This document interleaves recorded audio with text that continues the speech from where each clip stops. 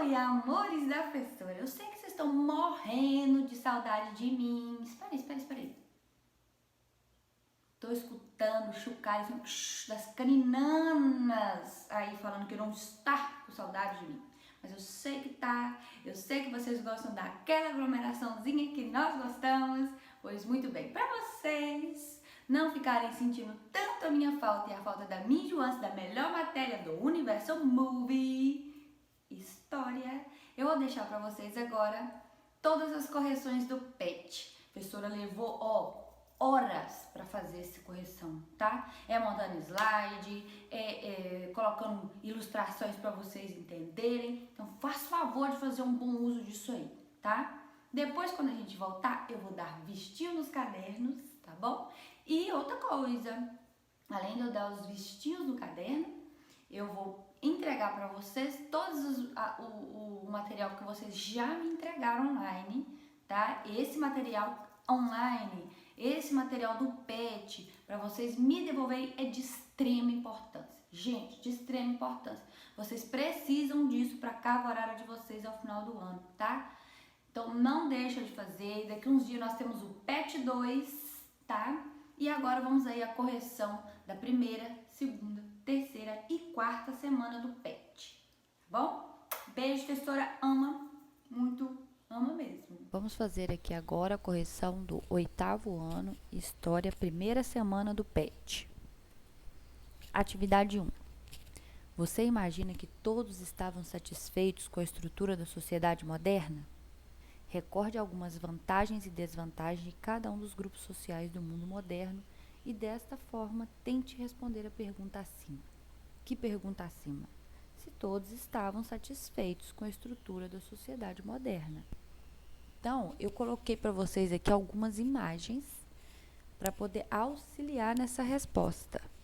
Porque nós separamos aqui por privilégios e quais eram as vantagens e desvantagens de estar inserido nesta parte da sociedade.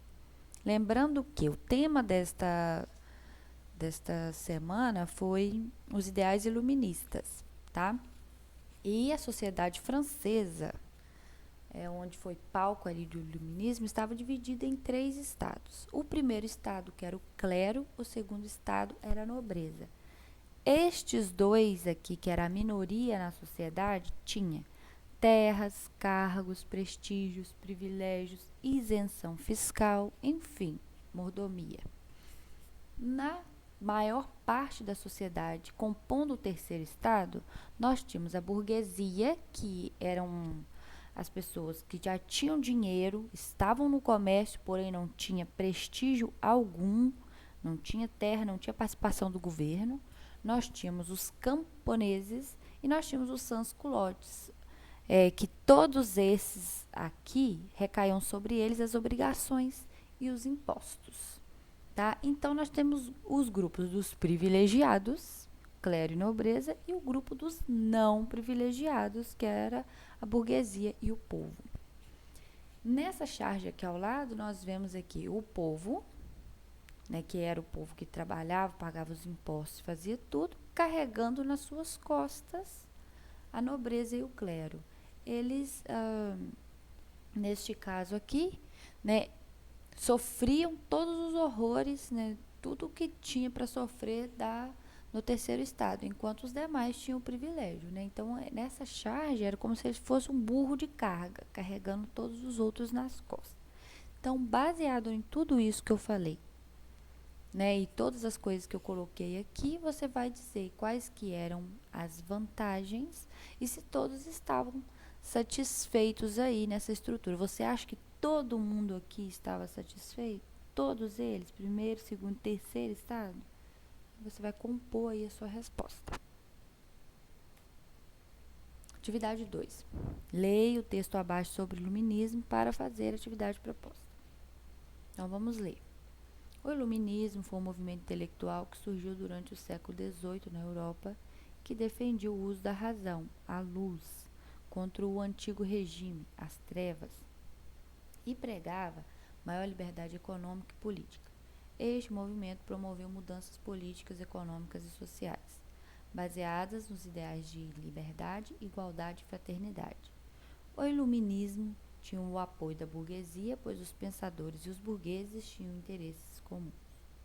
As críticas do movimento ao antigo regime eram em vários aspectos, como o sistema mercantilista, ao absolutismo monárquico e ao poder da Igreja e as verdades reveladas pela fé.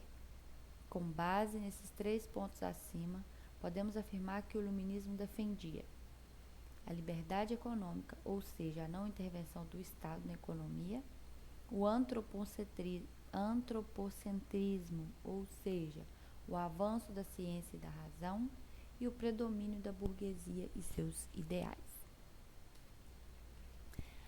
As ideias liberais se disseminaram rapidamente pela população. Alguns reis absolutistas, com medo de perder o governo, passaram a aceitar algumas ideias iluministas. Estes eram denominados déspotas esclarecidos, pois tentavam conciliar o jeito de governar absolutista com as ideias do progresso iluminista.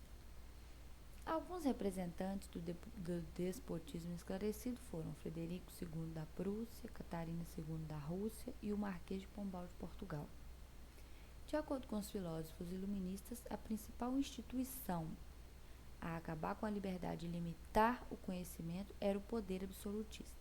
Por esse motivo, o poder absolutista foi um dos pontos mais atacados pelo iluminismo. Letra A. Quais foram os principais filósofos do iluminismo e o que eles defendiam?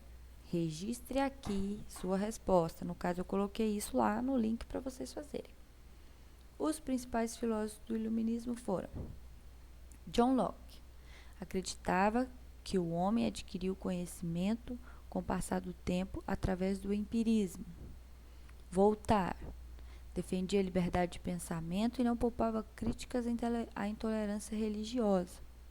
Jean-Jacques Rousseau defendia a ideia de um Estado democrático que garantisse a igualdade para todos. E o barão de Montesquieu defendeu a divisão do poder político em legislativo, fazer as leis, executivo, executar as leis e judiciário, julgar as leis. Então tá aí um resuminho muito básico dos principais filósofos e o que eles defendiam. Atividade 3. Temos uma charge, aí tá, legislativo, eu elaboro as leis. Judiciário, eu aplico as leis. O executivo, eu administro. Aí vem a questão, letra A. Atualmente, muitos estados nacionais estão organizados com base no princípio da divisão dos poderes. Pesquise e descubra quais são os princípios fundamentais que norteiam o governo democrático no Brasil presentes na Constituição Federal de 1988. A resposta está abaixo aí, ó. Federativo, democrático de direito, separação dos poderes, presidencialista, soberania, cidadania, dignidade da pessoa humana, a livre iniciativa e os valores sociais do trabalho e o pluralismo político, ou seja, vários partidos políticos.